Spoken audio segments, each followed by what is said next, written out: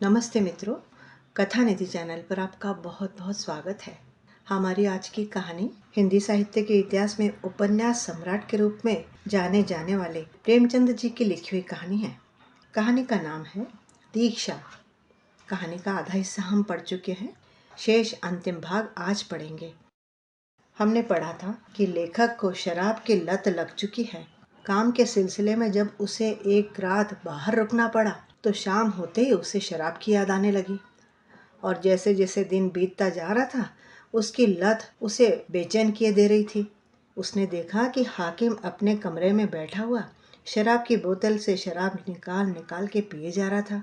उसे प्रबल इच्छा हुई कि वह साहब के पास जाकर उससे एक गिलास मांग ही ले। आखिर उसने अपनी शराब की चाह को कैसे पूरा किया? क्या वह सीधे हाकिम के पास चला गया शराब मांगने, सारी शर्म छोड़ के, या फिर खानसामा ने किसी तरह से उसके लिए शराब का इंतजाम किया? क्या हुआ कहानी का अंत? चलिए कहानी में पढ़ते हैं। दीक्षा। मैं वहाँ तब तक खड़ा रहा जब तक कि साहब का भोजन खत्म न हो गया। मनचाहे भोजन और सुरा सेवन के उपरांत उसने खानसामा को मेज साफ करने के लिए बुलाया। खानसामा तो वहीं मेज के नीचे बैठा ऊँघ रहा था। वह उठा और प्लेट लेकर बाहर निकला तो मुझे वहाँ खड़े देखकर चौंक पड़ा। मैंने शीघ्र ही उसको आश्वस्त किया, डरो मत, मैं हूँ। खानसामा चकित हो गया। आप है वकील साहब? क्या हुजूर यहीं खड़े थे? हाँ, मैं ज़रा देख रहा था कि ये हाकिम कैसे खाते पीते हैं। बहुत शराब पीते हैं ये। अजी कुछ पूछिए मत साहब, 2 बोतल दिन रात में साफ कर डालता है। 20 रुपए रोज की शराब पी जाता है। दौरे पर चलता है तो 4 दर्जन बोतलों से कम साथ नहीं रखता। मैंने थोड़ा अपनी बात को बढ़ाया। मुझे भी थोड़ी आदत लग गई है पर आज मिली नहीं। साहब तब तो आपको बड़ी तकलीफ हो रही होगी। क्या करूं? मैंने कहा, यहाँ तो कोई दुकान भी नहीं। समझता था कि जल्दी से मुकदमा खत्म हो जाएगा तो घर लौट जाऊंगा, इसीलिए कोई सामान साथ में न लाया। खानसामा बोला, मुझे भी अफीम की आदत है साहब। एक दिन न मिले तो बावला हो जाता हूँ। अमल वाले को तो चाहे और कुछ न मिले, बस उसका अमल मिल जाए तो उसे कोई फिक्र नहीं। फिर खाना चाहे 3 दिन में न मिले। वही हाल है मेरा भी भाई। भुगत रहा हूँ अब मैं। ऐसा लग रहा है जैसे मेरे बदन में जान ही नहीं है। मैंने जब कहा तो खानसामा बोला, हुजूर को कम से कम 1 बोतल साथ रख लेनी चाहिए थी, जेब में ही डालकर ले आते। अरे यार क्या बताऊं, इतनी ही तो भूल हो गई मुझसे, नहीं तो किस बात का रोना था। खानसामा बोला, तो नींद भी नहीं आ रही होगी? कैसी नींद? मैं तो ये सोच रहा हूँ कि ये रात कैसे गुजरेगी। मैं चाहता था कि खानसामा अपनी तरफ से मेरी इस सुरा अग्नि को शांत करने का प्रस्ताव करे, जिससे मुझे लज्जित न होना पड़े। पर खानसामा एक ही चंट आदमी था। बोला, अल्लाह का नाम लेकर सो जाइए, आखिर नींद कब तक न आएगी। मैं बोला, नींद तो नहीं आएगी, मैं भले ही मर जाऊंगा। फिर कुछ सोचकर उससे पूछा, क्या साहब बोतलें गिनकर रखते हैं? खैर गिनते तो क्या होंगे। खानसामा बोला, अरे हुजूर, एक ही आदमी है वो तो अपनी तरह का। अगर बोतल खाली नहीं होती तो वो उस पर निशान बना के रखता है। मजाल है कि एक बूंद भी कम हो जाए।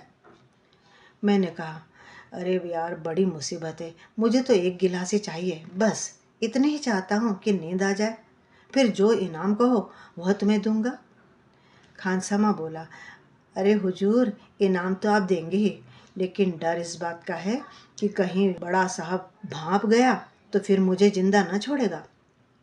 यार लाओ, मैंने कहा, अब मुझसे ज़्यादा सब्र की ताब नहीं है।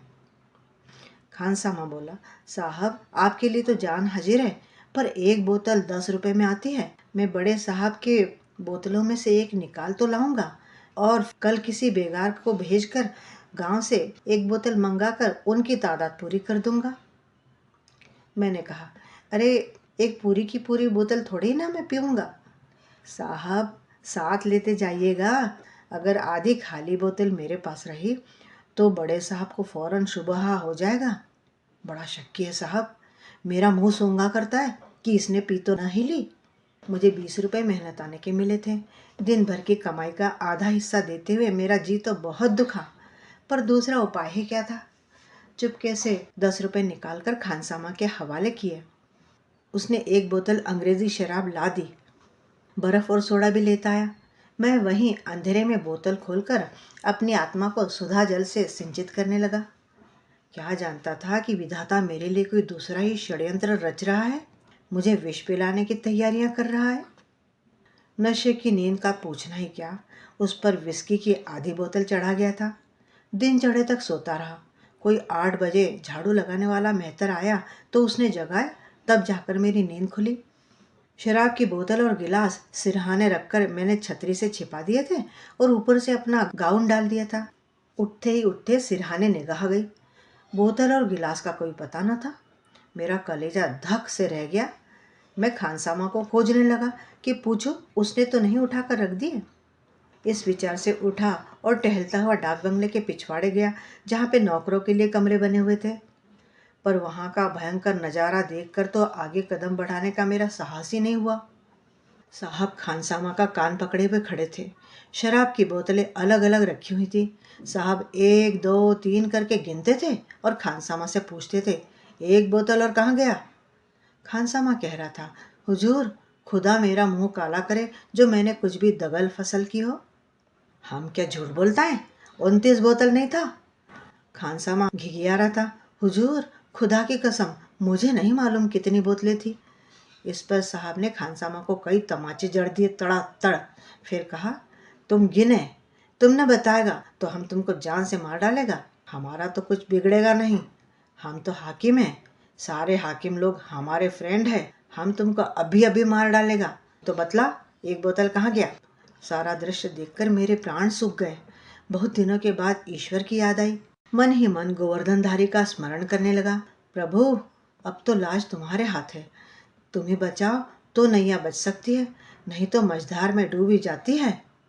अंग्रेज है, ना जाने क्या मुसीबत ढा दे। भगवान खानसामा का मुंह बंद कर दो, उसकी वाणी हर लो।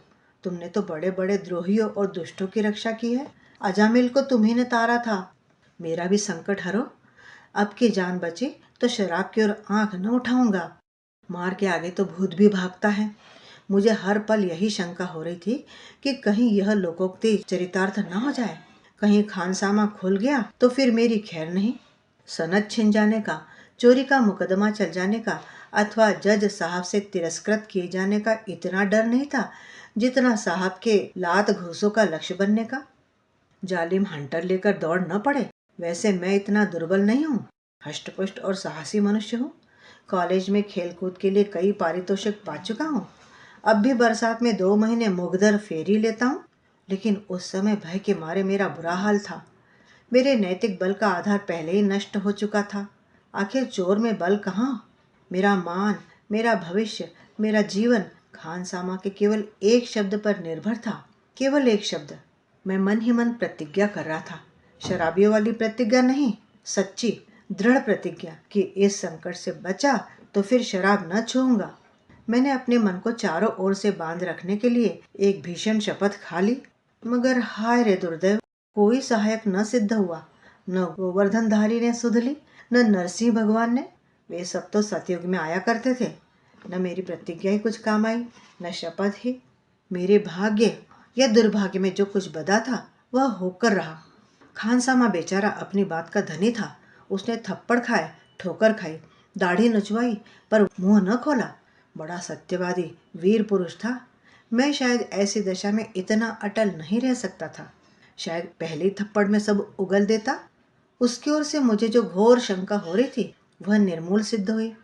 जब तक जीऊंगा उस वीरात्मा का गुणानुवाद करता रहूंगा।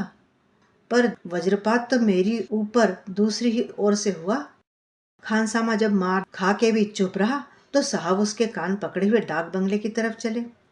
मैंने उन्हें आते देखा तो चटपट सामने बरामदे में ऐसे आ बैठा कि जैसे मुझे कुछ मालूम ही नहीं। साहब ने खानसामा को लाकर मेरे सामने खड़ा कर दिया। तब मैं भी उठकर खड़ा हो गया।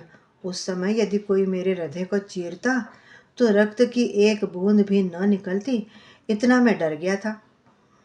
साहब ने पूछा, वेल वकील साहब, तुम शराब पीता है? मैं इनकार नहीं कर सका। तुमने रात को शराब पी थी? मैं चुप रहा। तुमने मेरे इस खानसामा से शराब ली थी? मैं चुप ही रहा।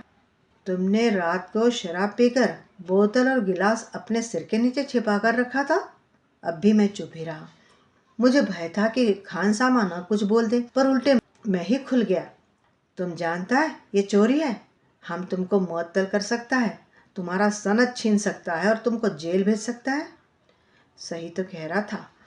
हम तुमको ठोकरों से मार कर गिरा सकता है, हमारा कुछ नहीं बिगड़ेगा। सच ही कह रहा था पट्टा। तुम काला आदमी वकील बनता है, हमारे खानसामा से चोरी की शराब लेता है। तुम सुअर।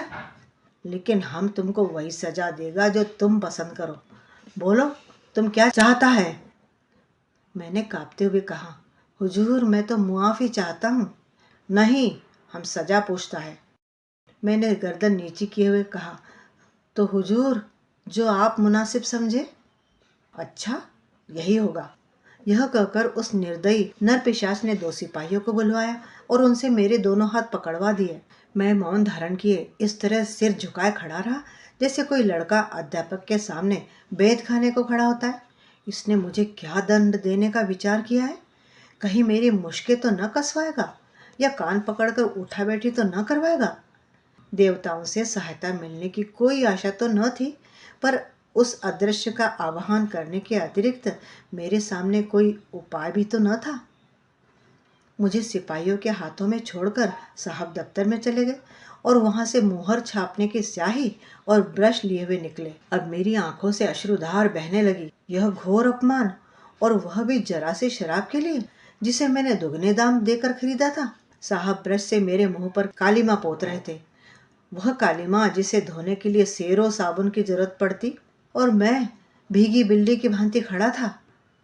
उन दोनों यमदूतों को भी मुझ पर जरा दया नहीं आती थी, जबकि दोनों के दोनों हिंदुस्तानी थे, पर उन्हीं के हाथों मेरी यह दुर्दशा हो रही थी। साहब कालिख पोतते और हंसते जाते, यहाँ तक कि आंखों के सिवा तिल भर भी जगह न बची। थोड़ी सी शराब के लिए आदमी से मुझे वनमानुष बनाया जा रहा था। मैं दिल में सोच रहा था, यहाँ से जाते जाते बच्चे पर मानहानि की नालिश कर दूंगा या किसी बदमाश से कह दूंगा कोर्ट में ही बच्चे की जूतों से खबर ले।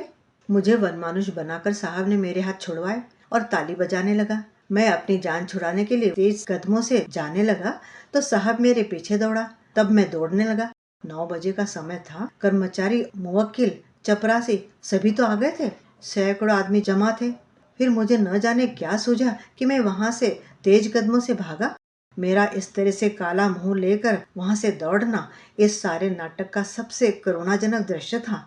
आगे आगे मैं दौड़ रहा था, पीछे पीछे साहब, और उनके पीछे अन्य सैकड़ों आदमी तालियां बजाते हुए पकड़ो पकड़ो, जाने न पाए का शोर मचाते हुए दौड़े चले आ रहे थे, मानो किसी बंदर को भगा रहे हो। लगभग 1 मील तक यह दौड़ रही। वो तो कहो कि मैं कसरती आदमी हूँ, बचकर निकल आया, नहीं तो पता नहीं मेरी क्या दुर्गति होती। शायद मुझे गधे पर बिठाकर घुमाना चाहता था पट्टा। जब सब पीछे रह गए तो मैं एक नाले के किनारे बेदम होकर बैठ गया और अपनी सांस को काबू में किया। अब मुझे सूझी कि अगर यहाँ कोई आया तो मैं पत्थरों से मारे बिना न रहूंगा, चाहे उल्टे पड़े या सीधे। किंतु इसके बावजूद मैंने नाले में मुंह धोने की चेष्टा नहीं की। जानता था पानी से यह कालीमा तो न छूटेगी। यही सोचता रहा कि इस अंग्रेज पर कैसे अभियोग चलाऊं। यह तो खैर छिपाना ही पड़ेगा कि मैंने इसके खानसामा से चोरी की शराब ली। अगर यह बात साबित हो गई तो उल्टा तो मैं ही फंस जाऊंगा। क्या हरज है, इतना छिपा दूंगा। शत्रुता का कारण कुछ और ही दिखा दूंगा, पर मुकदमा जरूर चलाऊंगा। मैं बैठे बैठे सोच रहा था, अब मैं जाऊं कहाँ। यह कालीमा मंडित मुंह किसे दिखाऊं। हाय, बदमाश को कालिखें लगानी थी तो क्या तवे की कालिख न थी। लैंप में भी तो कालिख थी, कम से कम छूट तो जाती। जितना अपमान हुआ है वहीं तक रहता। अब तो मैं मानो अपने कुकृत्य का स्वयं ही ढिंढोरा पीट रहा हूँ। कोई और दूसरा होता तो इतनी दुर्गति होने पर डूब ही मरता। गनीमत यही थी कि अभी तक रास्ते में किसी से मुलाकात नहीं हुई थी, नहीं तो उसके कालीमा संबंधी प्रश्नों का मैं क्या जवाब देता। जब मेरी थकान जरा कम हुई तो मैंने सोचा, यहाँ ऐसे कब तक बैठा रहूंगा। चलो एक बार यत्न करके देखूं, शायद स्याही छूट ही जाए। कुछ सोचकर मैंने बालों पर मुंह रगड़ना शुरू किया। देखा तो स्याही छूट रही थी। उस समय मुझे जितना आनंद हुआ उसकी कौन कल्पना कर सकता है। फिर तो मेरा हौसला बढ़ गया। मैंने मुंह को इतना रगड़ा कि कई जगह से तो मेरी चमड़ी तक छिल गई।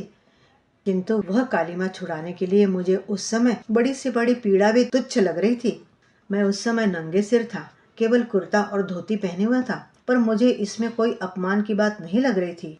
मेरा गाउन, अचकन, पगड़ी डाक बंगले में ही रह गई, लेकिन इसकी मुझे चिंता नहीं थी।